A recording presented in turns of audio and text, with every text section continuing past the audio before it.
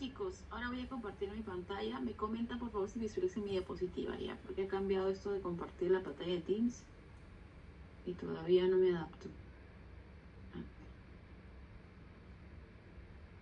A ver, compartir la pantalla donde así. ¿Ven mi pantalla, chicos? ¿Ven la diapo? Sí, profesora. Ah, mira, se ve diferente de la otra vez ya. Ya, chicos. Hoy día vamos a hablar sobre la función renal. Cuéntenme, primero, ¿qué analistas ustedes conocen que se utiliza para medir la función renal? Cuéntame, Tracy. El boom y la CREA, porque más que todo la CREA es un desecho que se va a generar por el desgaste muscular que se va a filtrar por el glomérulo y se va a desechar. Y el boom mide más que toda la cantidad de nitrógeno proveniente de la urea, si no me equivoco, que se produce por el hígado. Muy bien. ¿Alguien conoce otros tipos de marcadores que nos indiquen función renal? Aparte del boom y la CREA, como nos dijo su compañera, boom, CREA o también boom, podemos decir también la urea. Ariana, cuéntame. Profesora, también puede ser el SDMA. He escuchado también, pues, es mucho mejor indicador que la creatinina ante una insuficiencia renal. ¿Y por qué es mejor? ¿Tienes una idea de por qué podría ser mejor? ¿O cuál es la peculiaridad del SDMA? Bueno, hasta donde sé es que detecta más rápido lo que es la caída de la filtración glomerular. Muy bien. Entonces, chicos, cuando hablamos de función renal, ¿qué es lo que estamos evaluando?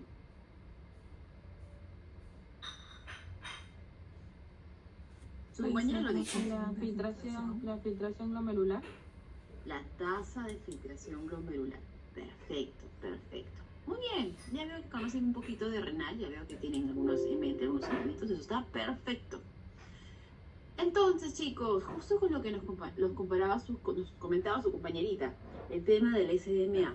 ¿Y para qué nos sirve, chicos? Miren esta parte, dicen, la detección precoz de la RC facilita una intervención adecuada que podría preservar la función renal o al menos retrasar su deterioro progresivo. Ahora, nosotros siempre cuando queremos o tratamos básicamente, ¿no?, de detectar el tema del IRC lo más pronto posible, ¿sí, chicos? Porque en verdad les damos una mejor calidad de vida a nuestros pacientes, a estos pacientes que van a cursar al final y al cabo con una insuficiencia renal crónica. Mientras más temprano o puedan utilizar marcadores que detecten de manera temprana que este paciente está cursando con un IRC, realmente nos va a dar más armas y más herramientas para nosotros poder manejar y hacer que el tema del deterioro progresivo de esta enfermedad pueda ser mucho más lenta, mucho más paulatina, ¿no? Y por lo tanto eso va de la mano con el pronóstico del paciente, ¿no? Le damos un poquito más de tiempo de vida probablemente. Entonces, para eso existe el SDMA y ahora vamos a conversar un poquito, bueno, más adelante sobre el SDMA y cuándo lo tienen que utilizar, ¿no? Eso también es importante. Cuando hablamos, chicos, de que vamos a analizar la función renal, evidentemente tenemos que conocer cuál es la función renal. Yo sé que ustedes lo saben, pero vamos a hacer un recordáis. Primero sabemos que la unidad funcional es la nefrona, ¿sí? Eso lo sabemos todos. La nefrona está conformada ¿por quién? Por lo que vendría a ser el glomérulo y tenemos lo que vendría a ser los túbulos, ¿sí? Dentro de los túbulos tenemos los túbulos proximales, el asa de Henle y el túbulo distal, ¿sí? Perfecto. Entonces, ustedes tienen que saber, chicos, que básicamente lo que pasa en esa nefrona es la filtración. Y no solamente filtración, realmente es la ultrafiltración generada por el glomérulo, ¿sí? Y también van a haber reabsorciones de algunos solutos, ¿sí? Que eso es generado por lo que vendría a ser los túbulos contorneados y también absorción hídrico, ¿no? Que vendría a ser más que todo dado por el asa de Henle y por el tubo distal, ¿sí, chicos? Ustedes tienen que saber que a nivel del riñoncito se eliminan lo que son los desechos metabólicos, como lo había comentado muy bien su compañero. Básicamente es la urea y la creatinina. Estos desechos metabólicos nos indican y nos ayudan a evaluar la función renal, porque ¿por dónde se elimina? Por los riñones, 100% vía renal. Por ende, nos ayuda a poder saber cómo está la tasa de filtración renal. Podemos tener regulación del balance hídrico, como les decía, acá también se reabsorbe lo que vendría a ser líquidos, ¿sí? También hay una función que tiene que ver, una función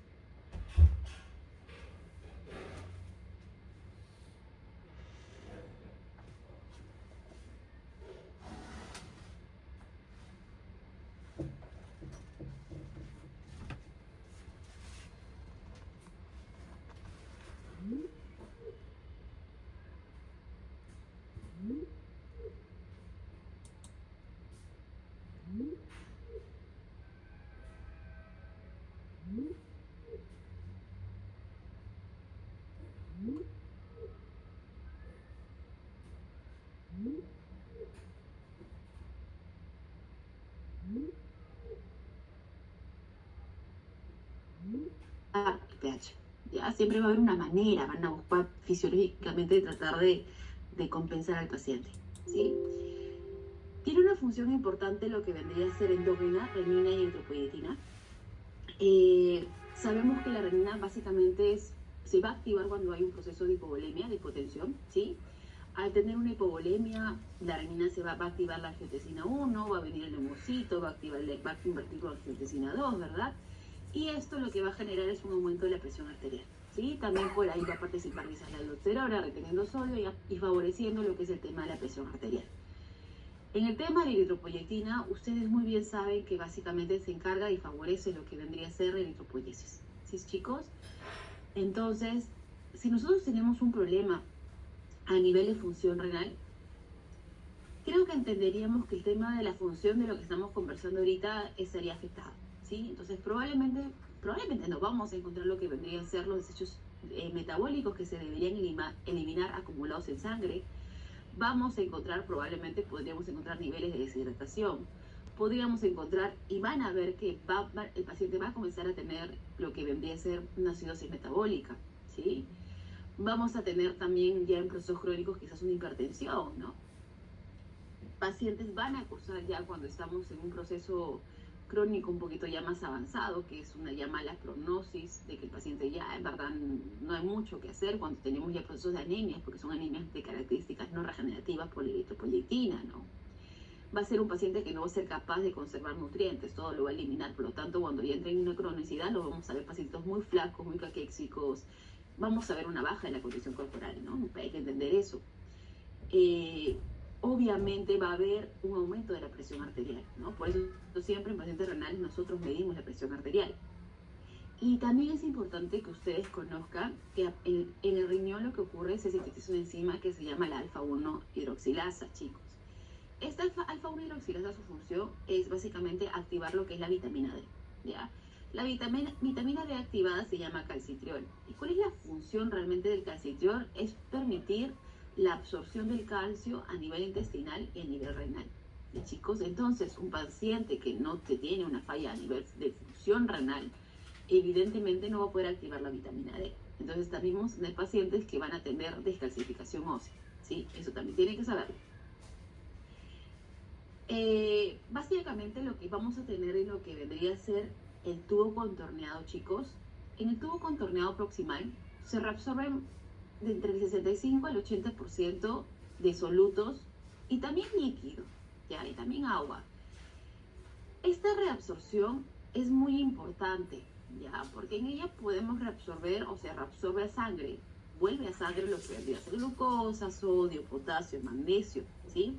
Bicarbonato, aminoácidos y proteínas de baja densidad, ¿ya, chicos?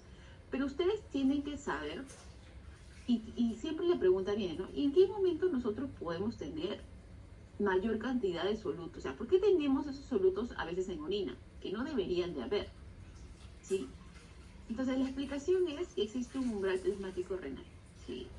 ¿Qué quiere decir el umbral plasmático renal, chicos? Por ejemplo, les doy un ejemplo, ¿sí? El umbral plasmático renal de la glucosa en el túbulo contorneado proximal es de 180 a 200 miligramos por decilitro. ¿Qué quiere decir esto? Si nuestro pacientito, por ejemplo, es diabético y no tiene la capacidad, y bueno, lo que va a ocurrir es que la insulina no va a tener la capacidad de poder eliminar y degradar lo que vendría a ser la glucosa. Esta glucosa va a comenzar a acumularse a niveles muy altos en sangre, ¿sí? Y va a superar los 200 miligramos por decilitro. En este caso pensemos que el paciente tiene unos 400 miligramos por decilitro de glucosa.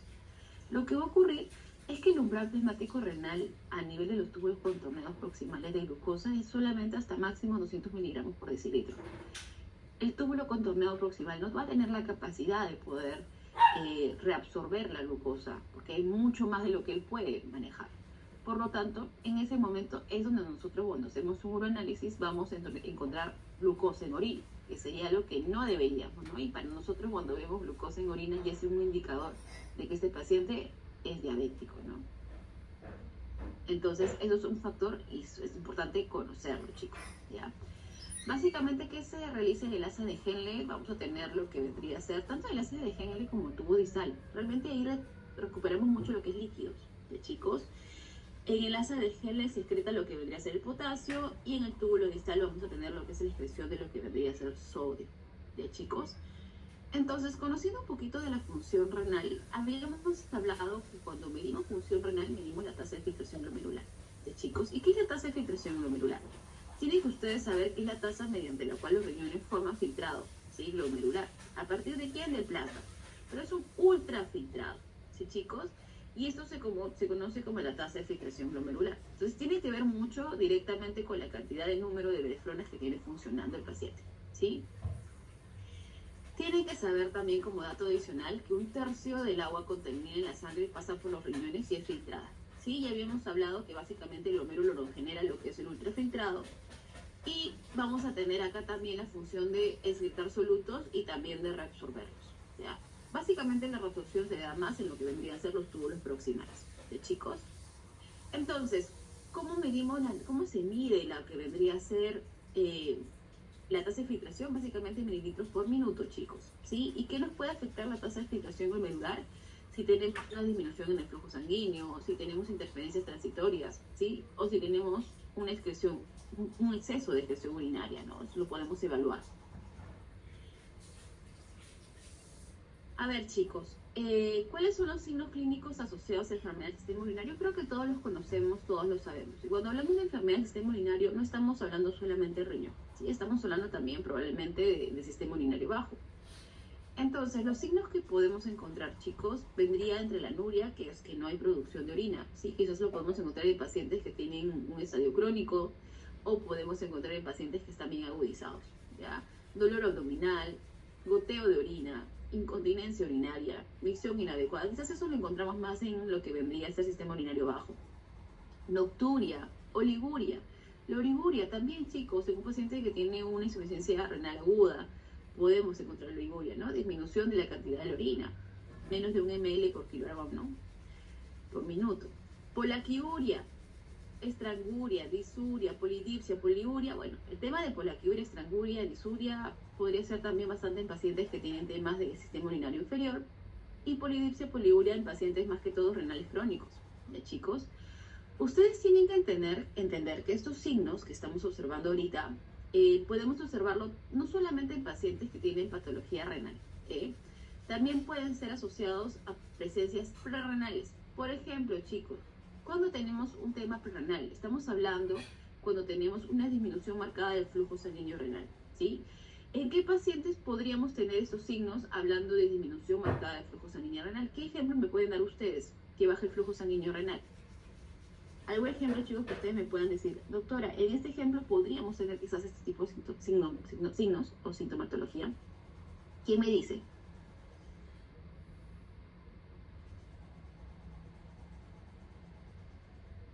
Chicos, ejemplos. ¿Qué me puede bajar el flujo de sanguíneo renal? ¿Qué me baja el flujo? Básicamente el flujo sanguíneo. Ustedes saben de eso. Hemorragia, profesora. ¿Una hemorragia? Hemorragias, pacientes anémicos, pacientes que tienen problemas cardíacos, ¿no, chicos?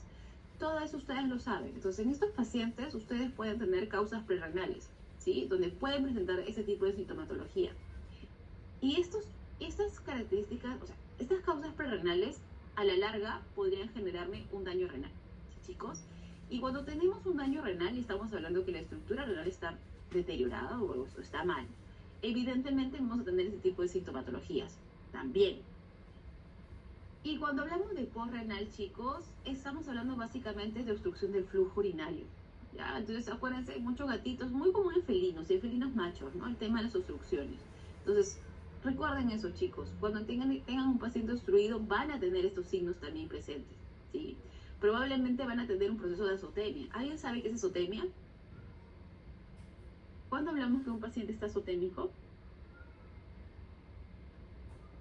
¿Quién me levanta? Acumulan los productos de nitrógeno en sangre. ¿Cómo te llamas? Salina, profesor. Salina. Muy bien. Entonces, cuando tenemos lo que vendría a ser la urea y la crea elevada, estamos hablando de azotemia. Ya, chicos, eso tienen que saberlo. Elevados. Sí, tal cual. Entonces, chicos, un dato importante que ustedes tienen que saber, para que tengan esos signos de falla renal, ¿sí? Tenemos que tener una pérdida del 75% de la masa funcional del riñón, ¿sí?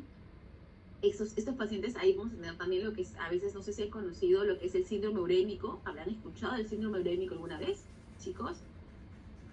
¿Saben en qué consiste el síndrome urémico? Bueno, vamos a hablarlo más adelante también un poquito del síndrome urémico para que conozcan qué signos podemos encontrar. También tienen que saber, chicos, que cuando tenemos un daño funcional de 2/3 de la masa renal funcional, comenzamos a tener lo que es una baja concentración de la orina, ¿sí? Porque obviamente una de las funciones, o que determinamos y evaluamos cómo está la función renal, es que pueda concentrar de manera adecuada. Y esto lo hace a nivel de los túbulos. ¿Sí, chicos? Si no hay una buena concentración, pues evidentemente esos riñoncitos no están funcionando bien, ¿sí, chicos? Y cuando tenemos ya 3/4 de lesión a nivel de lo que debería ser masa funcional del riñoncito, ahí comenzamos a tener lo que hemos dicho, azotemia. Chicos, y cuando tenemos azotemia, ahí ya los signos también son mucho más evidentes, ¿no? Porque vamos a tener el síndrome urémico. ¿Qué podemos encontrar en laboratorio? Podemos encontrar proteinuria, cristaluria, hematuria, azotemia, uremia, ¿no? Depende de dónde esté la lesión en el paciente, ¿no? A ver, chicos, es importante saber qué es lo que se espera de un marcador renal, de un biomarcador renal. ¿Ya? Esto es lo que se espera, pero ustedes tienen que saber que no hay uno que tenga todas estas características. Por ende, ustedes tienen que realizar siempre, al igual que hablamos con lo hepático, siempre tienen que realizar varios analitos o evaluar diversos biomarcadores para poder saber qué está pasando con su paciente. De chicos, no vale sacar solamente, no sé, la urea, no vale sacar solamente la CREA, no vale sacar solamente el SDMA, no. Tienen que tener varios analitos que les puedan ayudar, ¿sí? A poder realmente saber qué cursa su paciente.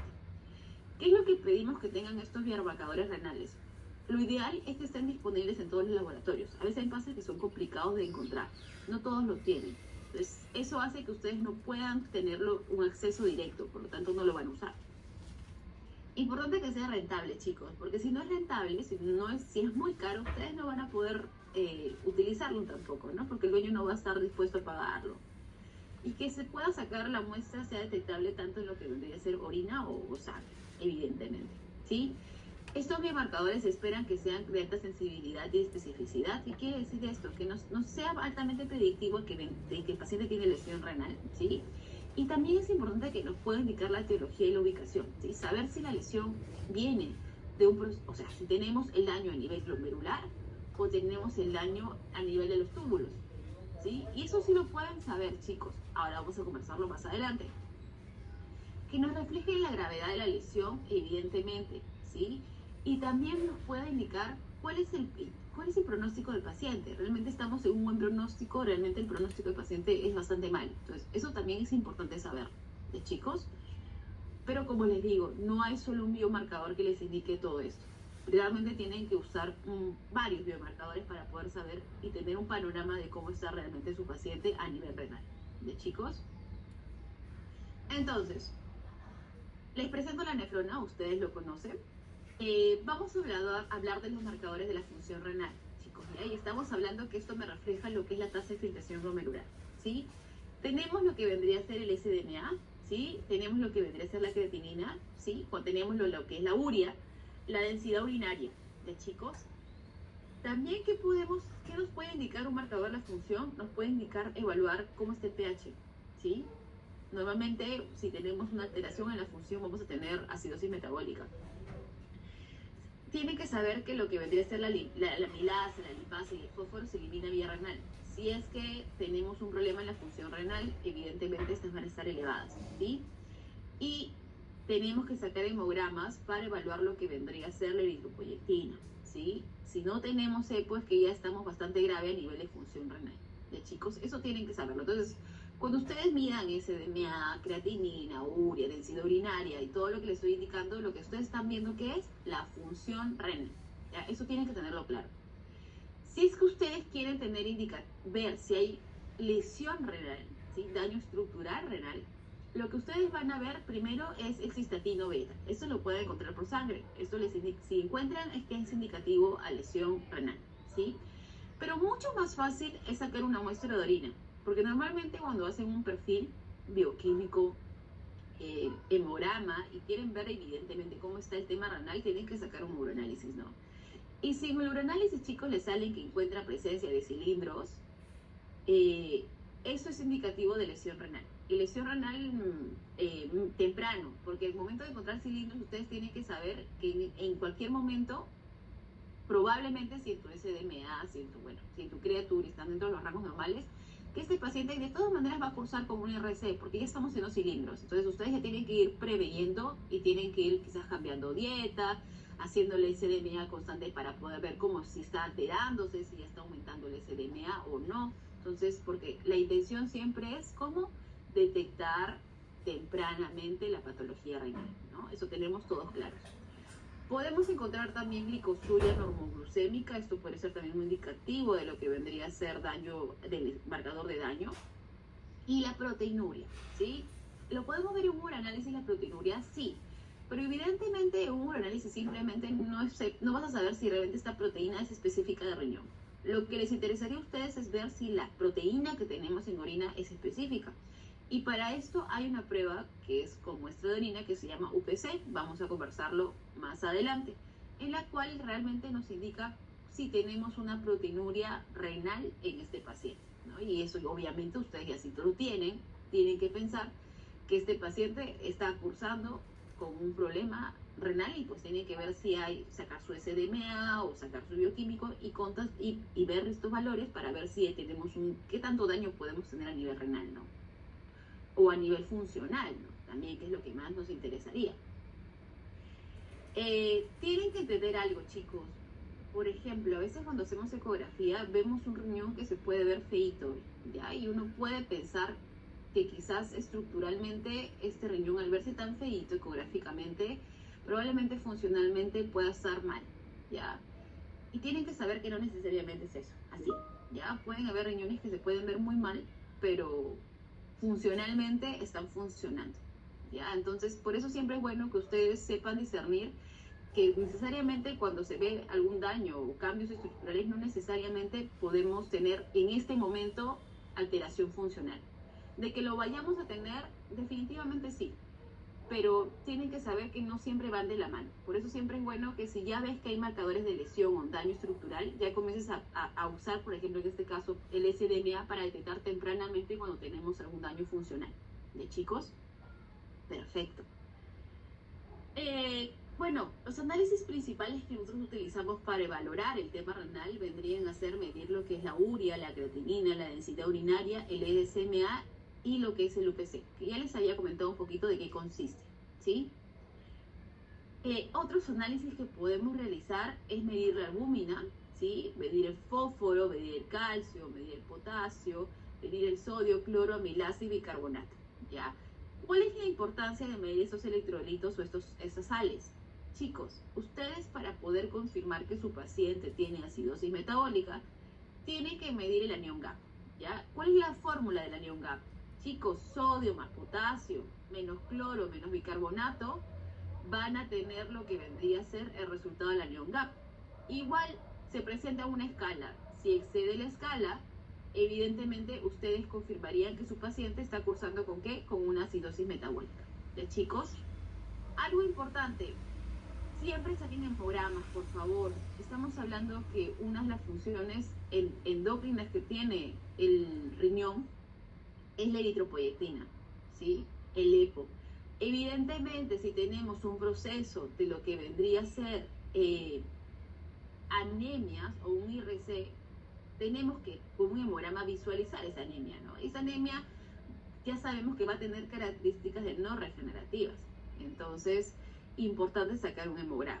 Y un uranálisis, evidentemente, todos entendemos que se tiene que sacar a la par, ¿no? Porque podemos ver lo que son los cilindros, podemos ver si hay sedimentación, podemos ver cuál es la densidad urinaria, ¿no? Que es importantísimo. Ya lo vamos a ver porque es importante básicamente en un paciente que es azotémico. Vamos a comenzar a hablar, chicos, sobre las pruebas principales. Y todos sabemos que lo que vendrían a ser todos estos perfiles para evaluar la función renal, estamos hablando que sacamos un bioquímico, ¿verdad? En el bioquímico utilizamos lo que vendría a ser suero-plasma, ¿sí? Perfecto. Chicos, la urea sanguínea, como les dijo sus compañeros, es un producto de desecho metabólico de las proteínas, ¿ya? Quiero que ustedes sepan cómo se forma la urea, ¿ya? Se consume un alimento rico en proteínas, ¿ya? Esas proteínas a nivel del intestino por las proteasas van a ser hidrolizadas. Cuando hablamos de hidrolizadas, quiere decir que lo estamos partiendo en pedacitos, estos chiquititos, y los dejamos en común en aminoácidos, ¿sí, chicos? Estos aminoácidos nos van a servir para formar, acuérdense que las proteínas en el organismo tienen diversas funciones, ¿sí? Nos van a servir para formar quizás hormonas, quizás algún tipo de sustancia, conductos, moléculas de transporte, etc., ¿sí? Pero también esos aminoácidos van a pasar una parte de ellos por lo que vendría a ser la flora bacteriana, ¿sí? Al pasar por la flora bacteriana, ¿qué se va a formar, chicos? Todos lo saben, el amoníaco, ¿no? Ya habíamos hablado anteriormente del amoníaco, ya sabemos sus características tóxicas que tiene el amoníaco, y todos sabemos que este amoníaco tiene que pasar por el hígado para pasar por y generarse lo que es el ciclo de la urea, ¿sí? Eso todos lo sabemos. Entonces, a pasar el ciclo de la urea, vamos a tener como resultado la urea, ¿sí? Que es lo que nosotros medimos en sangre. Habíamos dicho que la urea es un indicador de la tasa de filtración glomerular. ¿Por qué, chicos? Porque se elimina vía renal. Eso todos lo sabemos. Pero un dato importante que ustedes tienen que saber es que esta urea también se reabsorbe vía túbulos proximales contorneados. Entonces, ¿cuánto se reabsorbe? De un 25% a un 40% de esta urea es reabsorbida. Esto es un dato importante de saber, porque definitivamente esto me puede alterar lo que nosotros observamos como el resultado en sangre. ¿De, chicos? Entonces, tan específica al 100% no es. Eso tienen que saber. La medición de la urea, chicos, cuando ustedes les entreguen el bioquímico, les pueden brindar urea o les pueden brindar boom, como dijo su compañera, ¿no? El boom. Perfecto, el boom. ¿Qué es el boom? Es el nitrógeno ureico en sangre, chicos. Literalmente la información que les va a brindar ambas va a ser lo mismo, ¿ya? Es la misma interpretación clínica. Si ustedes ven boom o urea elevada, ustedes tienen ya que saber que hay una azotemia. Entonces, chicos, pero si ustedes desean, les dan el boom o les dan la urea y desean sacar, por ejemplo, si solamente te dan la urea y quieres ver cuánto es el boom, pues hay fórmulas. Pones urea entre 2.1428, te arroja el boom. Si tú quieres saber del boom cuánto es realmente la urea, mides el boom por 2.1428, te sale la urea. Entonces, si quieren esa información, lo pueden sacar, ¿sí? Pero como les digo, ambas te dan la misma interpretación clínica.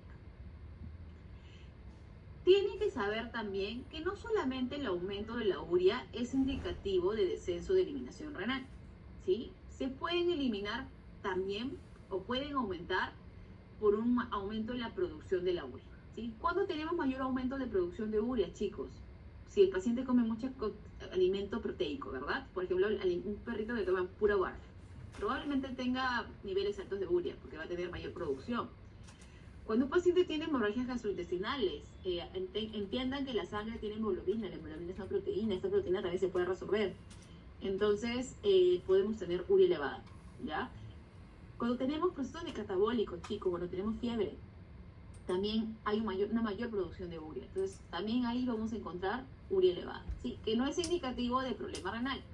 Es indicativo de que, bueno, hay una causa prerrenal y pues ustedes tienen que identificar estas patologías para poder saber si realmente es por un tema de exceso de eliminación renal o es por otra causa, ¿sí? Eso ya viene en su clínica. Cuando hablamos de descenso de eliminación renal, estamos hablando primero de una disminución del flujo sanguíneo renal, ¿no? Lo que habíamos conversado, ¿no? Una enfermedad renal intrínseca, ¿sí? También. O un proceso obstructivo, ¿no? Habíamos hablado de las cosas prerrenales, renales, posrenales. Entonces, esto también ustedes tienen que saber que les genera un descenso de la eliminación renal de la urea. Por lo tanto, voy a tener un aumento de la urea en sangre. ¿Ya, chicos? Perfecto. Entonces, habíamos hablado que la urea es bueno para poder evaluar lo que vendría a ser función renal. Sin embargo, el tema de la reabsorción no lo hace el ideal, ¿sí? No lo hace el analito ideal.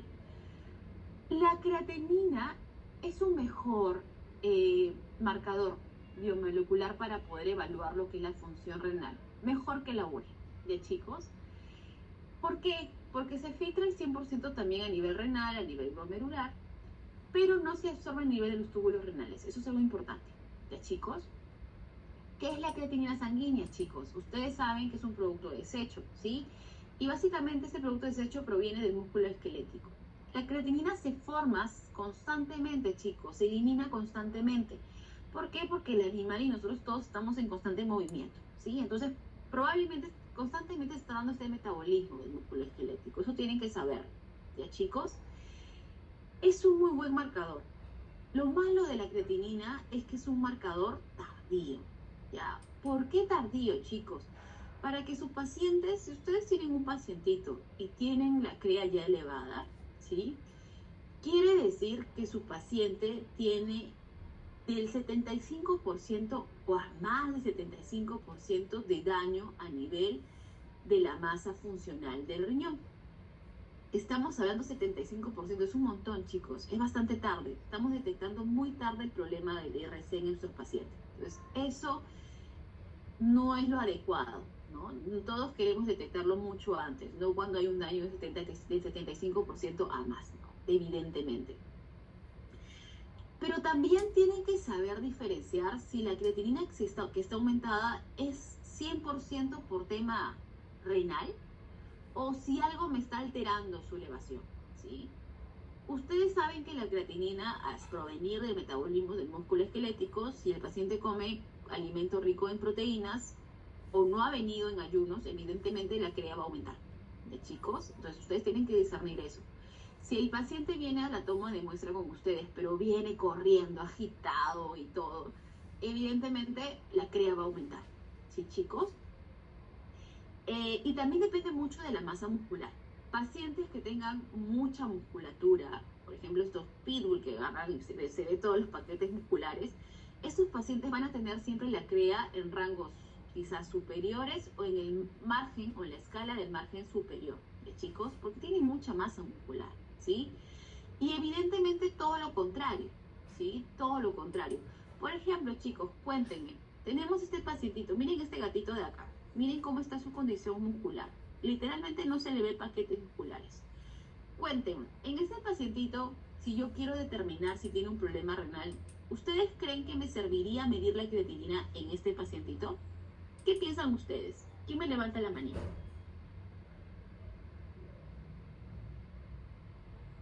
Si estamos hablando que depende de la masa muscular. Cuéntame, Tracy. Creería que no, porque este paciente no se ve con bastante masa muscular, aparte como que, más que todo, creería que no, porque la CREA no va a estar alta. No va a estar alta. Entonces, ¿qué encontraría en conclusión? ¿Qué encontraría en este paciente si en verdad tiene IRC o tiene una IRA, un problema renal, un fallo renal? ¿Qué encontraría en este paciente con la CREA? ¿Por qué no me serviría la CREA?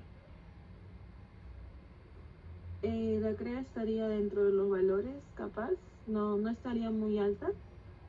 Exacto, no estaría muy alta. Entonces, eso tienen que saberlo, chicos. En estos pacientes, lo que ustedes utilizarían, si ven que no tienen mucha masa muscular, use un SDMA.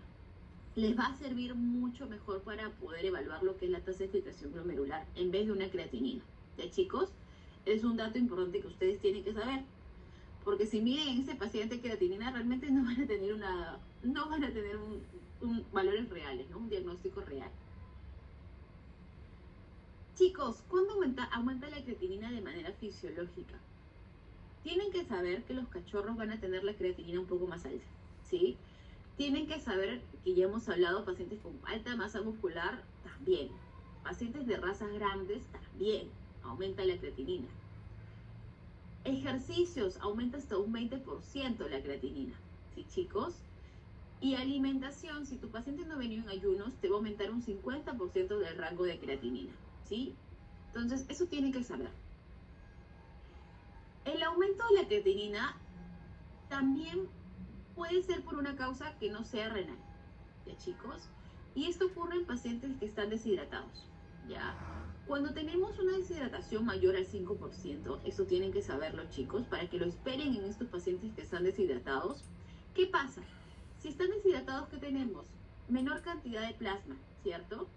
¿Qué va a pasar con la tasa de filtración glomerular? Evidentemente va a ser disminuida, ¿sí? Por lo tanto, ahora vamos a ver la relación inversamente proporcional que tiene la tasa de filtración con la creatinina. Pero cuando teníamos estos pacientes con deshidratación y disminución de la tasa de filtración glomerular, lo que ustedes van a ver es que va a aumentar la creatinina en sangre, ¿sí? Y esto se llama una azotemia prerrenal. ¿De, chicos? Eso tienen que saber. Y como les había dicho y se los recalco, la creatinina es un biomarcador tardío, chicos. Tiene que tener más del 75% de nefronas funcionales de riñón afectadas, ¿sí? Entonces, por favor, cuando ustedes vean esto, ya saben que el pacientito no está tan bien, ¿ya? Otro dato importante. Si ustedes tienen un pacientito, por ejemplo, siempre hacemos en las clínicas quizás profilaxis, ¿no? Y lo hacemos cada cierto tiempo. Nos ayuda también de pasadita al hacer la profilaxis, hacemos sus controles, ¿no? Porque pasan por una sedación evidentemente. Y quizás en este pacientito, siempre que le haces la profi, sus análisis, tú te vas dando cuenta que la creatinina siempre está en la escala superior, ¿sí? Si les pasa eso, chicos, con algún pacientito que ven que en su analítica siempre sale en la escala superior la creatinina, lo ideal es que ustedes vean y evalúen con una prueba de SDMA cómo está realmente la tasa de filtración glomerular de este paciente, ¿sí? ¿Por qué? Porque se sabe que estos pacientitos que tienden a estar en la escala superior tienen toda la tendencia a formar un proceso de IRC. Entonces son esos pacientes en los cuales ustedes tienen que ir monitoreando. ¿Ya, chicos? Cuando tengan estos pacientitos, por favor, monitoreenlo. Lo que habíamos hablado, ¿sí? La creatinina y la tasa de filtración glomerular son inversamente proporcionales. ¿Qué quiere decir? Cuando tenemos un aumento de creatinina en sangre, ¿qué va a pasar con la tasa de filtración? La tasa de filtración glomerular va a ser baja. ¿Sí, chicos? Cuando tenemos menor cantidad de creatinina en sangre, la tasa de filtración va a ser mucho más alta. ¿Ya, chicos? Inversamente proporcional, lo hablamos al revés. Si tenemos una disminución en lo que vendría a ser la tasa de filtración glomerular, ¿qué va a pasar con la creatinina? Va a aumentar en sangre. ¿Sí, chicos? Por eso, cuando tenemos pacientes deshidratados, la CREA lo vamos a encontrar aumentado. ¿Ya, chicos? Perfecto. Entonces, ya hemos hablado de la urea, ya hemos hablado de la CREA. Sabemos que nos indican si tenemos algún tipo de daño o alteración a nivel funcional renal. Básicamente nos indica lo de la tasa de filtración glomerular. Ahora vamos a hablar de la azotemia, porque sabemos que cuando hay una elevación de la urea o de la creatinina, estamos hablando que el paciente está cursando por una azotemia, también llamada hiperazotemia. ¿Ya, chicos? Y ustedes tienen que saber que existen tipos de azotemia, ¿sí? No todas las azotemias son de curso renal, ¿sí? Podemos tener azotemias prerrenales, chicos. ¿sí? Cuando tenemos este tipo de hemorragias gastrointestinales, quizás tu paciente tiene una herida sangrante y necesita que se lame la sangre constantemente, evidentemente está consumiendo proteína, ¿sí? Evidentemente van a aumentar los desechos nitrogenados, ¿sí? Dietas altas en proteínas, procesos catabólicos como la fiebre, ejercicios prolongados, hipovolemias por deshidratación, como lo habíamos conversado hace un ratito, esto me va a generar una azotemia prerrenal. Ojo, esas azotemias prerrenales pueden a la larga generarnos azotemias renales, ¿sí? Primero teniendo problemas primarios renales, ¿sí? Cuando hablamos de azotemia renal, estamos hablando que hay una afección a nivel directamente en el riñón, ¿sí? Quizás tenemos una hidronefrosis, quizás tenemos un proceso de leptospirosis, quizás hay una IRC, quizás tenemos quistes renales. En estos pacientes vamos a tener una azotemia renal, chicos, ¿ya? Y recuerden, evidentemente en pacientes que tengan un daño más del 75%, vamos a tener lo que vendría a ser la CRE elevada y por lo tanto nos va a arrojar lo que vendría a ser una azotemia renal. ¿De chicos? Si tenemos un paciente con una IRA, una insuficiencia renal aguda, también vamos a tener una azotemia, ¿sí? Y con elevación a la parte no solamente de creatinina, la urea va a estar elevándose, ¿sí? Bastante. Entonces eso también tienen que saberlo. Cuando tenemos, chicos, una azotemia posrenal, estamos dirigiéndonos a la obstrucción de las vías urinarias bajas. Evidentemente, esta obstrucción y aumento de presión que va a haber a nivel de los riñones puede generarnos una lesión a nivel renal y por ende nos puede generar también una azotemia renal. Pero una azotemia posrenal por sí sola también la hay, chicos, porque no se eliminan estos desechos, ¿ya? Entonces, eso tienen que saber. Ruptura de vías urinarias, estos gatos, ¿no? Yo digo los gatos siempre porque son los más comunes, los que se tiran de octavo piso, sexto piso, ¿no? Este síndrome del gato paracaidista, muy común. Muchas veces se rompe la vejiga, chicos, y al romperse la vejiga, ¿qué pasa? La orina, ¿dónde se va? Se va al peritoneo, ¿no? Entonces, esta orina va a ser reabsorbida, el peritoneo tiene una capacidad también muy alta de reabsorción y que llega a vía sanguínea, por lo tanto, vamos a encontrar niveles muy altos de lo que vendría a ser urea. De chicos, eso tienen que saberlo. Bueno, esto ya lo pueden ustedes visualizar, literalmente es lo que estamos hablando ahorita. Vamos a hablar, y cuando hablamos de azotemia, ya sabemos que las azotemias no necesariamente son netamente renales. Es importante que ustedes saquen un uroanálisis, chicos, para que puedan determinar la densidad urinaria. ¿De chicos? La densidad urinaria les va a indicar a ustedes si la azotemia es de origen renal o de origen prerrenal, ¿sí? Pero primero tienen que saber qué es lo que evaluamos con una densidad urinaria, ¿sí? Tienen que saber que la función de las nefronas es concentrar y diluir la orina. Entonces, si no están funcionando bien, ya estamos de cierta manera, es un indicativo de que tenemos un problema a nivel de función renal, evidentemente, ¿sí? Entonces, nos va a evaluar lo que vendría a ser la concentración de soluto urinario, ¿ya, chicos? Y si el agua se está excretando de manera adecuadamente. Estamos evaluando eso, ¿ya? Normalmente, los rangos de referencia en perros es de 1030 a 1045, ¿sí? En un paciente que está hidratado, ese es el rango de referencia. En gatos, de 1035 a 1060, ¿sí? ¿Qué pasa con los pacientes deshidratados? ¿Sí? Que a veces nos llegan pacientes deshidratados cuando tienen un IRC quizás ya crónico, ¿no?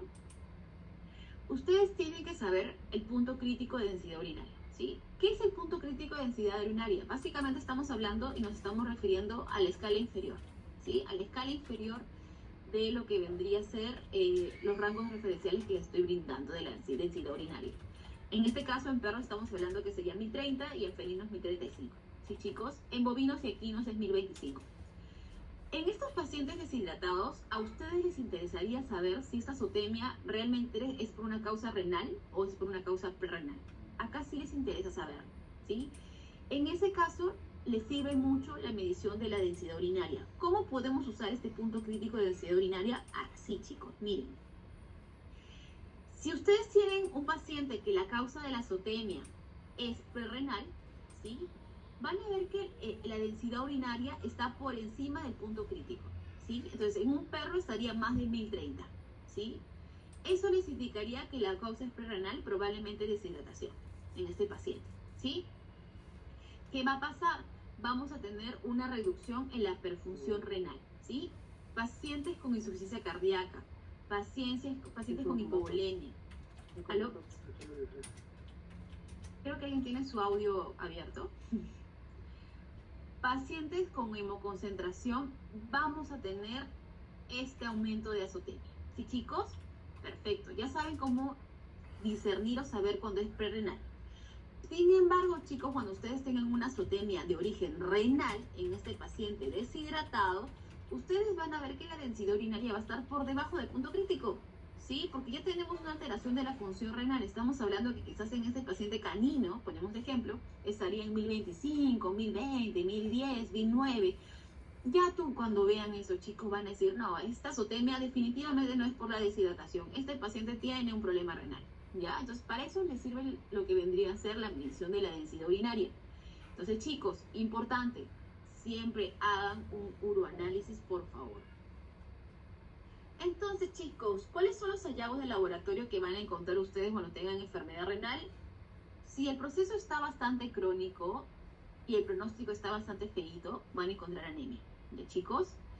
También hipolvinemia no es un pronóstico bonito, ¿ya?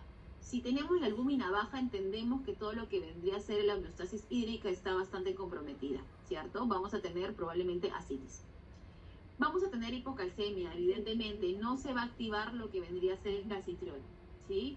Vamos a tener acidosis metabólica, vamos a tener hiperfosfatemia, ¿sí? El fósforo se va a quedar acumulado, eso es muy indicativo del proceso renal. Hiperamilasemia, también la amilasa se va a quedar retenida en sangre. En pacientes obstructivos vamos a tener hipercalemia, chicos, ¿sí? Y en pacientes con IRC vamos a tener lo que vendría a ser hipocalemia también. Entonces, esto es lo que nosotros podemos observar en un paciente que presenta IRC. ¿Ya, chicos?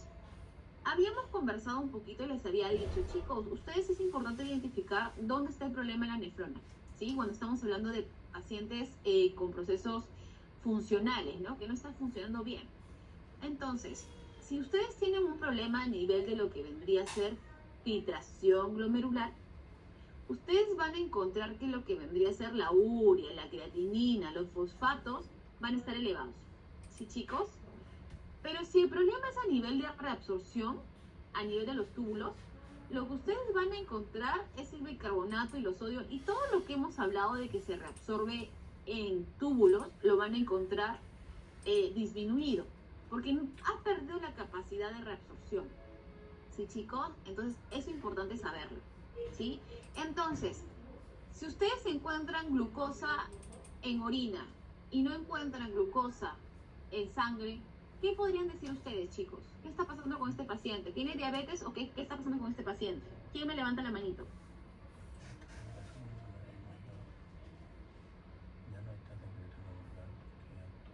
Repito la pregunta.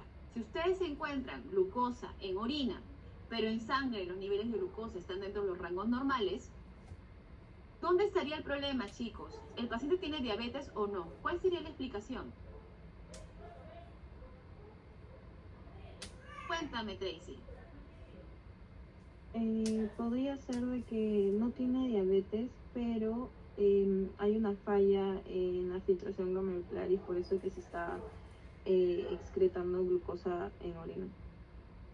Claro, pero la falla netamente es básicamente en reabsorción, ¿verdad? No tiene la capacidad, la glucosa se reabsorbe al 100%, chicos, no tiene la capacidad de reabsorber. Entonces, chicos, lo que dice su compañera Tracy es cierto. Cuando ustedes tengan glucosa en orina, chicos, tómense un tiempito, no digan de frente que es diabetes, porque muy probablemente también podría ser un tema renal. ¿Sí, chicos? Entonces, ya ustedes evidentemente sacarían y verían si hay glucemia, ¿no? Si no hay glucemia, ya se va más indicativo a tema renal que a tema de diabetes, ¿no? Evidentemente. Muy bien, chicos. Ahora vamos a hablar del SDMA, ¿sí? Que hemos dicho que es maravilloso el SDMA, ¿sí? Y sí es maravilloso, ¿ya? El dimetilarginina simétrica, así se llama el SDMA, ¿sí? ¿Cómo tenemos el SDMA? Bueno, el SDMA viene de la proteólisis de las proteínas intracelulares de las células nucleares, ¿ya, chicos? Estas pasan por proteólisis. Cuando pasa por la proteólisis se transforman en aminoácidos y esos aminoácidos son liberados en circulación. Y eso es lo que nosotros detectamos, ¿sí? Decimos que es un muy buen marcador de tasa de filtración glomerular porque se elimina por dónde, por el glomérulo, ¿sí? y no hay ningún tipo de reabsorción tubular, ¿sí? Tienen que tener en cuenta algo. Cuando nosotros tenemos una pérdida hasta de un 25% de la función renal, vamos a tener una elevación de lo que vendría a ser el SDMA, ¿sí? Para tener, y que ya hemos hablado, ¿cuánto tenemos que tener de lesión a nivel de riñón para poder evaluar la creatinina? Para la creatinina, 75%. Entonces, chicos, ¿es temprano? ¿Es un marcador temprano de problema renal? Sí, solamente un 25% de daño. Chicos, eso hace la diferencia. Realmente eso hace la diferencia, ¿ya? Dato importante, chicos. Miren este dato que nos brinda acá en una literatura que encontré, un artículo que me llamó mucho la atención. Decía, las concentraciones de SDMA aumentan por encima de lo normal en una media de 9 y 17 meses antes de la elevación persistente de la concentración de creatinina. Estamos hablando que 9 a 17 meses antes de que se eleve la creatinina, yo ya tengo elevación de la SDMA. O sea, ustedes pueden diagnosticar en su paciente antes de este tiempo que su paciente ya está cursando con un IRC, ¿sí? Eso es un dato valiosísimo, chicos, porque estamos hablando de que todavía nos queda una gran masa funcional en este paciente a nivel de riñón. Entonces, ustedes pueden mejorar mucho más el pronóstico de este paciente. Ustedes pueden hacer cambios de alimentación, pueden colocar quizás omegas para proteger el riñón, etc. ¿Sí? Para tratar de que este pacientito viva mucho más tiempo y también no presente estos signos, ¿no? En un tiempo más corto. Entonces, importante, esto es muy valioso, chicos, por favor, ¿ya? Muy bien. Entonces, sabiendo que el SDMA nos permite poder evaluar de manera temprana el tema de daño renal, ¿en qué pacientes ustedes como clínicos deberían hacerle el SDMA de manera de control? ¿Sí? Pacientes que tienen enfermedad cardíaca, chicos. ¿Por qué? Sabemos que hay un problema en lo que vendría a ser la perfusión, pero también saben que van a usar diuréticos probablemente en este paciente renal, ¿sí? Entonces, importante medir lo que vendría a ser la función renal. ¿Sí, chicos? El SDMA. Enfermedades hepáticas crónicas nos genera a la larga lo que vendría a ser una hiperfunción a nivel renal, también midan el SDMA. Pacientes con endocrinopatías, también, chicos, ¿sí? Pacientes con enfermedades gastrointestinales, ¿sí? Pacientes con que cursen con procesos infecciosos, ¿sí? Hablamos leptospirosis, hablamos de riquias. Importante hacer su descarte de SDMA, ¿ya, chicos? Pacientes que han cursado con cálculos, acá también depende mucho, evidentemente mientras más tiempo se hayan demorado en desobstruir este paciente, los daños a nivel renal van a ser mucho más amplios, mucho más graves, ¿no? Entonces, siempre cuando tengan, por favor, pacientes con cálculos, desobstruyanlo, eso es lo primero, ¿sí? Es lo primero que tienen que hacer, para evitar el daño renal, ¿ya? Entonces, siempre cuando tengan un paciente que ha pasado por obstrucción, tienen que sacarle su SDMA, por favor. Medicamentos nefrotóxicos, también saquen SDMA, ¿sí? Odontopatías, sabemos que los inmunocomplejos, ¿no? Se van a lo que vendicen los riñoncitos también y se aglomeran. Entonces, saquen, por favor, su SDMA. Pacientes con procesos inflamatorios, ¿sí? Y pacientes oncológicos también, ¿ya, chicos? En todos estos pacientes, por favor, siempre sacar su SDMA para poder saber qué está cursando o si el riñoncito se está viendo afectado, ¿ya? Bueno, chicos, vamos a hablar rápidamente del UPC. Ya habíamos hablado que nos indica lo que es proteína a nivel de origen renal, que eso es lo que nos interesa. Chicos, una pregunta. Si yo tengo un paciente que está con cistitis y me está eliminando sangre por orina, ¿ustedes creen que voy a tener elevación de la proteína en orina? ¿Sí o no? Y si voy a tener elevación de proteína en orina, ¿por qué? ¿Me explican? ¿Quién me explica eso? ¿Quién me levanta la manito?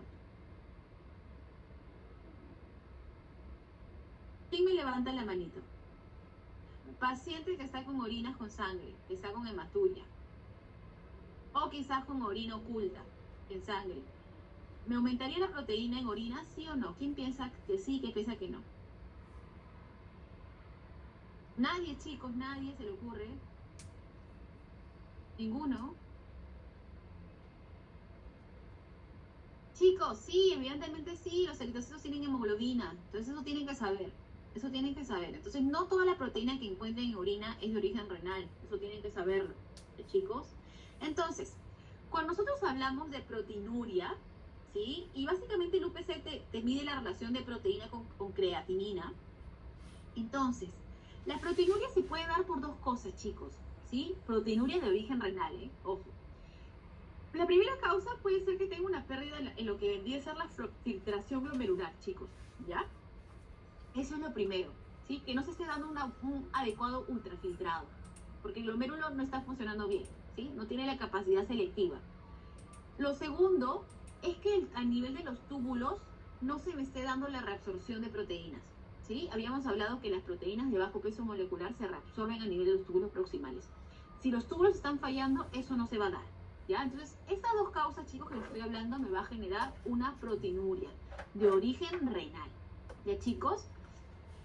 ¿Qué nos permite entonces el UPC? Diagnosticar temprano, ¿sí? Porque estamos viendo daño, falla renal, ¿sí? Es una prueba no invasiva, chicos. Solamente se recolecta orina. Es muy fácil recolectar orina, ¿sí?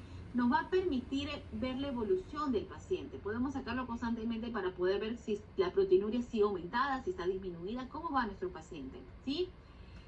Y tienen que saber que existe una fórmula. La fórmula del UPC es básicamente concentración de la proteína urinaria en miligramos por decilitro entre la concentración de la creatinina urinaria por miligramos por decilitro. Esto nos brinda lo que vendría a ser el UPC. ¿Sí, chicos? ¿Cuál es el cuadrito para nosotros poder clasificarlo? Si tenemos menos de 0,2, nos arroja esta fórmula, decimos que nuestro paciente no tiene proteinuria, ¿sí? En gatos y en perros, en gatos, si me arroja del 0,2 a 0,4, decimos que está en el borde de la proteinuria. En perros de 0,2 a 0,5 decimos también que está en el borde de la proteinuria, pero si tenemos elevación ya de la escala de 0,5 en perros, más de 0,5, en gatos más de 0,4, estamos hablando que nuestro paciente tiene proteinuria, y proteinuria de origen renal. Ya viene el trabajo de ustedes, porque no van a medir solamente el UPC, evidentemente, evaluar si tu paciente, el problema de filtración se está dando a nivel de filtración, o estamos teniendo un problema en reabsorción a nivel tubular. ¿De, chicos? Ahí ya viene el trabajo de ustedes como médicos. Perfecto. Entonces, hablando de proteinuria, chicos, cuando viene de origen glomerular, chicos, normalmente se da en estos pacientes que tienen pérdida de la integridad del riñón, daño en la pared capilar, hipertensión intraglomerular, o también es hipertensión sistémica, ¿sí? Porque comenzamos a perder nefronas, chicos, ¿ya? Y cuando tenemos a nivel tubular, es cuando también tenemos hipertensión glomerular. Y en verdad la magnitud de presentación de la proteinuria en comparación glomerular con tubular, cuando es de origen glomerular, es mucho más marcado que a nivel tubular. ¿Ya, chicos? Eso también tienen que saber. Todos conocen el iris. Me imagino que todos alguna vez han escuchado sobre el iris, ¿sí? Y que saben que el iris nos brinda las directrices para poder evaluar y nos brinda guías, ¿no? Para poder saber y estadificar a nuestros pacientes, ¿sí? Tanto que cursen un proceso de IRA o que cursen un proceso de IRC. ¿De, chicos? Ahí también, si entran, ahí está la página, pueden brindarles información de cómo se lee lo que vendría a ser el SDMA, cuando hablamos que hay una, por ejemplo, hiperproteinuria, cuándo se puede dar en un paciente renal. Les puede brindar información de cuál es la forma correcta también de evaluar o qué nos indica cuando la creatinina está elevada, cuando la urea está elevada. Entonces les brinda más información. Entonces ustedes también, si quieren estudiar, pueden ingresar ahí y tener información al respecto. ¿Ya, chicos? Ingresen, chequen ahí un ratito, es bastante interesante, la verdad. Cuando tenemos lesión renal aguda, chicos, cuando tenemos la IRA, ¿ya, chicos?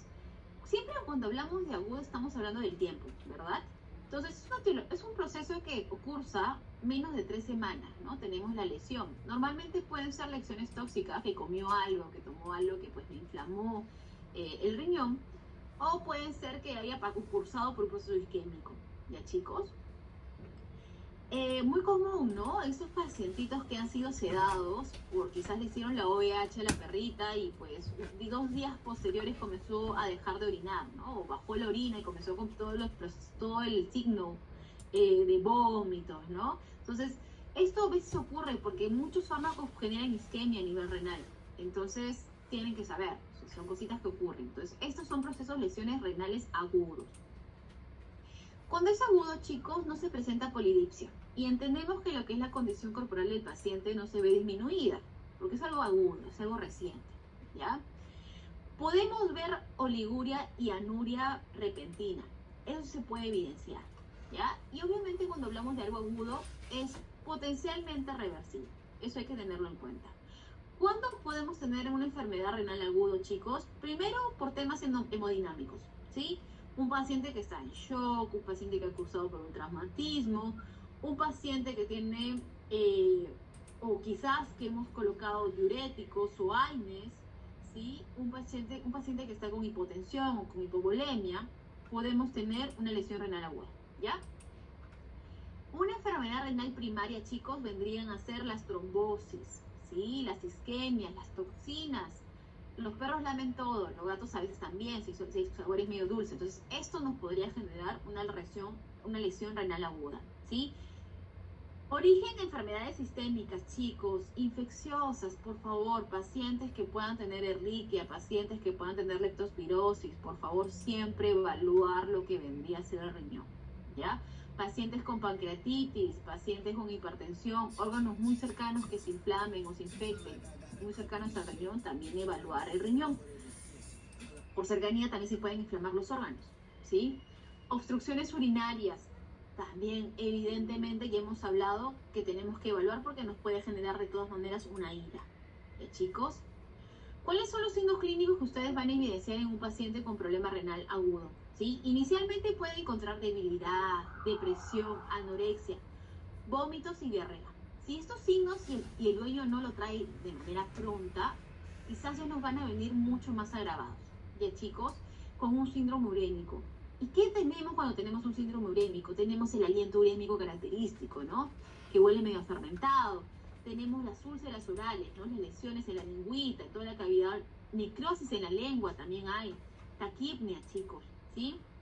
Un paciente que también comienza con una gastritis, ¿sí? Inflama todo lo que vendría a ser el conducto intestinal. Entonces, eso ocurre. Diagnósticos de ira, chicos. Ustedes tienen que sacar en estos pacientes hemograma, bioquímico, uroanálisis, un cultivo y descartar enfermedades infecciosas es importante, ¿ya?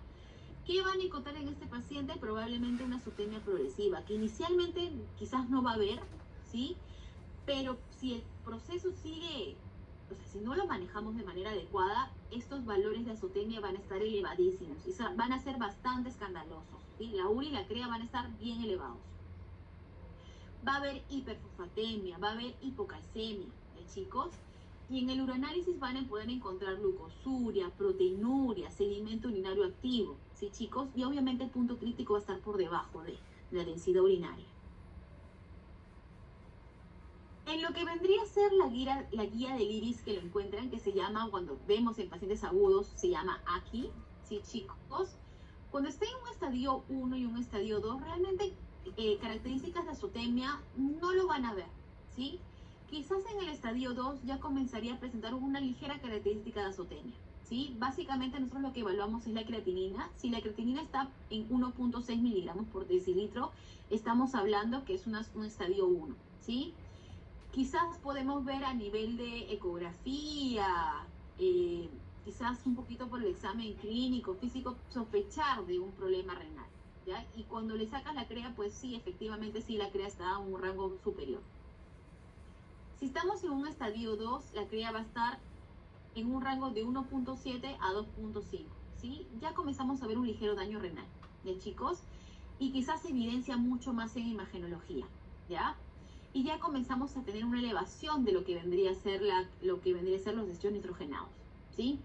Pero ya hablamos de que tenemos una insuficiencia renal aguda cuando estamos en un estadio 3, 4 y 5, ¿sí? Y probablemente este paciente va a cursar por oliguria y va a cursar con anuria, ¿sí? Oliguria estamos hablando que tiene producción de menos de 1 ml por kilogramo por hora, ¿ya, chicos? Y anuria, hablamos que cuando un paciente pasa 6 horas sin orina, estamos hablando de anuria, ¿ya chicos? Entonces, en un estadio 3 tenemos lo que vendría a ser una CREA máximo de 5 miligramos y estamos hablando de estadio 3, ¿sí? En un estadio 4 estamos hablando cuando la CREA está en máximo 10 miligramos por decilitro. Y un estadio 5 cuando ya supera los 10 miligramos por decilitro. Obviamente este paciente está con todo el síndrome urémico, ¿ya chicos? Tenemos una azotemia evidentemente bastante severa, ¿ya chicos?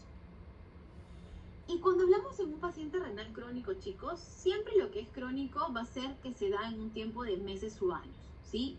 La elevación de lo que vendría a ser la azotemia realmente no es tan marcada ni significativa. Quizás vamos a poderlo ver dentro de los rangos superiores o ligeramente elevado a los rangos superiores, ¿sí? Siempre y cuando son procesos crónicos, las elevaciones no son tan escandalosas. Sin embargo, podemos diagnosticarlo o evaluarlo o encontrarlo porque vemos una ligera elevación y pues es un animal quizás que tiene algún tipo de factor de susceptibilidad. Quizás este paciente, no sé, es un viejito, un geronte, y tenemos la CREA y la urea ligeramente elevado en los rangos superiores. Quizás este paciente es un Maine Coon y sabemos que de manera genética pueden ser más predispuestos a tener problemas renales, ¿sí? Entonces, ¿cómo lo podemos evaluar, chicos? Yo les diría que lo pueden evaluar ecográficamente. ¿Alguien tiene idea cómo encontraría un riñón ecográficamente que tenga características de cronicidad?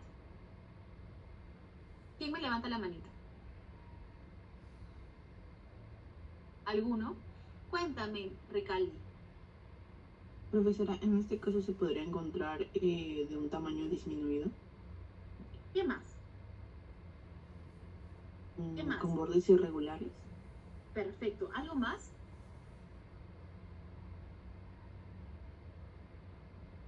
O ahí nos quedamos. Sí, Ricaldi, lo que tú dices está muy bien. Podemos encontrar riñones disminuidos, de tamaño chiquito, o la característica riñón grande de riñón chico, ¿no? Podemos encontrar características de fibrosis, podemos encontrar que no se diferencia bien la parte de la médula ni la parte de la corteza. Podemos encontrar los bordes irregulares, como dice su compañera. Entonces, ya teniendo estas características, nosotros ya podemos indicar y sospechar mucho de cronicidad. ¿De chicos? Perfecto. Y si el paciente viene con signomología, o sea, con signos clínicos ya presentes como poliuria, polidipsia, o una baja en lo que es la presencia de orina, ¿no? Oliguria o anuria, evidentemente refuerza más lo que vendría a ser el proceso crónico, ¿no? Y si tenemos una anuria o una oliguria, probablemente este proceso crónico pueda estar agudizándose, evidentemente se está agudizando. Entonces, eso sería un problema aún mucho más grave. ¿De chicos? Un paciente renal crónico lo van a encontrar, obviamente, muy flaquito, chicos, ¿sí? Acuérdense, la capacidad de reabsorción de nutrientes no se va a dar. Es va a ser un animal que va a tener mucha pérdida de condición corporal, ¿ya? El proceso es irreversible, chicos, eso tienen que saberlo, ¿ya? Entonces, factores que pueden iniciar una enfermedad de IRC, ya hemos hablado, son las cardiopatías, hepatopatías, procesos inflamatorios, infecciosos, endocrinopatías y fármacos nefrotóxicos, ¿sí?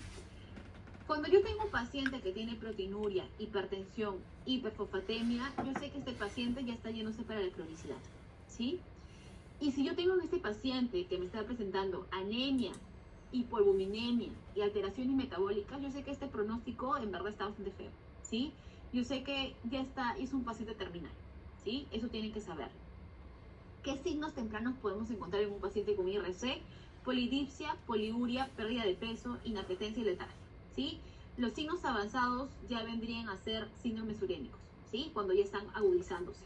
Gastroenteritis urémica, anorexia, vómitos, hematemesis, chicos, estomatitis urémicas, ¿sí? Encefalopatías urémicas, anemias, hipotermia, esto ya está sería bastante feíto, pronóstico bastante complicado y también un manejo bastante complicado para el médico, para sacar adelante este pacientito, ¿sí? Entonces, chicos, les voy a hablar un poquito sobre la fisiopatología de la enfermedad renal crónica. ¿Qué pasa? Entonces, si tenemos un paciente que tiene un proceso renal crónico, evidentemente estamos hablando que el paciente tiene una disminución en la cantidad de nefronas funcionales, ¿sí? ¿Qué pasa si tenemos muy pocas nefronas tratando de compensar al paciente? Lo que va a ocurrir, chicos, es que estas nefronas van a pasar por una hipertensión una hiperfiltración y una hiperfunción. Van a tratar de compensar al paciente y van a hacer la función que deberían hacer todas las nefronas. Ellas, las poquitas que quedan, van a trabajar el doble, el triple, el cuádruple para compensar al paciente, ¿sí? Este sobreesfuerzo que generan las nefronas que quedan activas, en el transcurso del tiempo, meses o años, lo que va a pasar es que al final van a cursar por un proceso de fibrosis. Se van a comenzar a acumular lo que vendrían a ser fibroblastos o colágenos, chicos, ¿sí? Porque vamos a tener una hipertensión glomerular constante, ¿sí? Van a poder observar proteinuria, van a comenzar a acumularse infiltración de células inflamatorias. Entonces, al final lo que vamos a tener, chicos, es una nefrosis intersticial y una fibrosis, ¿sí? Y al final, ¿qué va a ocurrir con ese riñoncito, chicos? Ese riñoncito ya va a ser afuncional, ¿ya, chicos? Eso es lo que ocurre.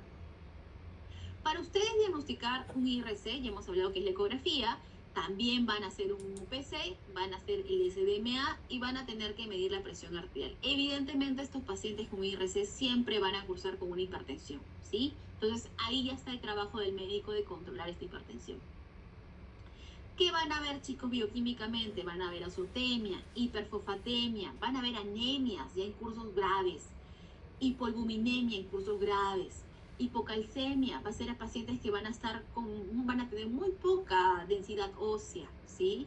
Van a ver el anión GAP alto, porque este paciente va a estar cursando, ¿por qué? Por una acidosis metabólica, ¿ya, chicos? Y obviamente la capacidad de concentrar de ese riñoncito, la orina no la va a tener. Por lo tanto, la densidad urinaria es bastante baja. Es más, el dueño te puede decir, escucha, doctora, su orina es como si fuera agua. Y es porque no tiene capacidad de concentración. Chicos, acá les muestro lo que vendría a ser la guía del IRIS para estadificar lo que vendría a ser una insuficiencia renal crónica. Acá les indica, ustedes van a tener su paciente, los valores de CREA que ustedes recolecten y les van a decir, ¿cuánto es la creatinina? Si está en 1.4, ok, tu creatinina en canino nos indica estadio 1. Si está en 5, ya estamos en un estadio 4, ¿sí? Igual en el rango del SDMA, igual con el UPC, ¿sí? Igual con lo que vendría a ser la presión sistólica. De acuerdo al estadio que ustedes puedan determinar con los valores que tengan de su paciente, van a ver este otro cuadrito. Este otro cuadrito que les indica, chicos, cuál es la recomendación que le da la guía, ¿sí? De manejo a su paciente.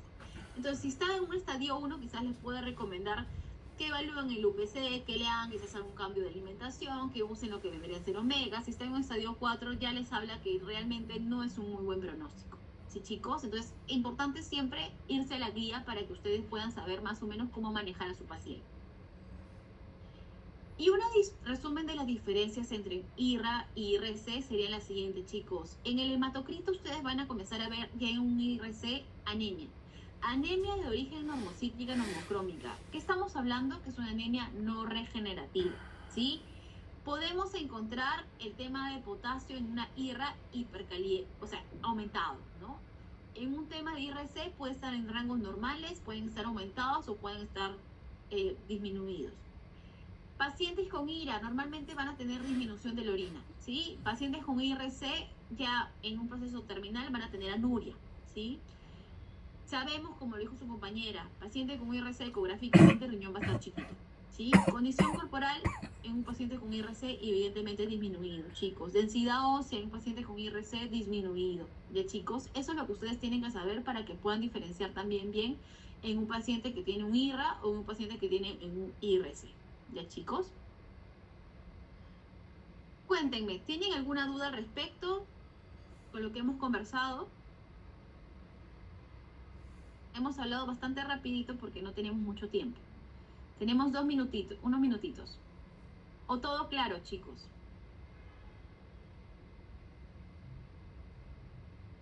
¿O hay mucha confusión? Ya, chicos. Igual, recuerden que estamos evaluando lo que es la función renal. Recuerden que cuando ya tienen elevación de creatinina, ya estamos en un paciente que realmente ha perdido muchas nefronas, mucha masa funcional. Lo ideal es detectarlo pronto, usen el SDMA. Ya hemos hablado en qué pacientitos ustedes pueden antes anticiparse en analizar con el SDMA si este paciente va a comenzar a cursar con un problema renal, ¿sí? Pacientes cardiópatas, ¿no? Con problemas hepáticos, pacientes que mandan o tienen medicamentos nefrotóxicos, por favor, usen su SDMA. Ya, chicos, nada, Gabriela, no tienen dudas, está clarísimo todo, te los paso. Buenos días, chicos, ¿qué tal? Chicos, por favor activen sus cámaras. He visto que varios no sé si no activan porque no tienen datos o porque tal vez están durmiendo todavía. Vilches, Llanos, Flores, Veramendi. Ninguno me ha escrito en el chat nada, entonces asumo que todos están bien. Rojas, Barbadillo, De Paz, Ástola,